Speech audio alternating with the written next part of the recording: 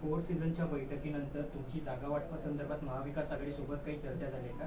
कारण दावे प्रतिदावे बरेच करण्यात आले. संजय राऊतांनी म्हटलं की प्रस्तावित स्वीकारलं असतं तर बरं झालं असतं.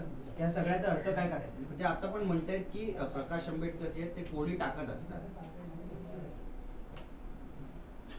कोडी टाकत असतात की त्यांना वस्तुस्थिती दाखवल्या जात असते. दोन गोष्टी आहेत त्यात. माझं म्हणणं असं आहे की तुम्ही आम्हाला जर सहकार्य केलं असतं तर कदाचित हे घोंगडं इतके दिवस भिजलं नसतं. तुम्ही सगळ्यांनी असणारं टार्गेट आम्हाला केलं आणि म्हणून त्यांना त्यांचं कोंबडं झाकता आलं. त्यांचं कोंबडं आता असणारं उगवायला लागलेलं आहे, आवाज द्यायला लागले, बांग द्यायला लागलेलं आहे की 10 जागेवरती असणारा सेना आणि काँग्रेस यांचा टाय आहे. 5 जागांवरती NCP, शिवसेना आणि काँग्रेस असा असणारा टाय आहे.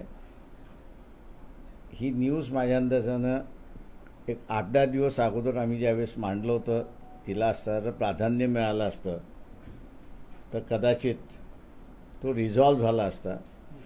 पण सगळा टार्गेट हाच राहिला की वंचित जागा देत नाही, वंचित अमुक करत नाही, वंचित अमुक करत नाही, वंचित अमुक करत नाही. तिथे आमचाच प्रश्न होता. त्यांचंच भांडण मिटत नसेल, त्यांचाच तिढा जर संपत नसेल तर आम्ही त्याच्यामध्ये कुठे शिरायचं.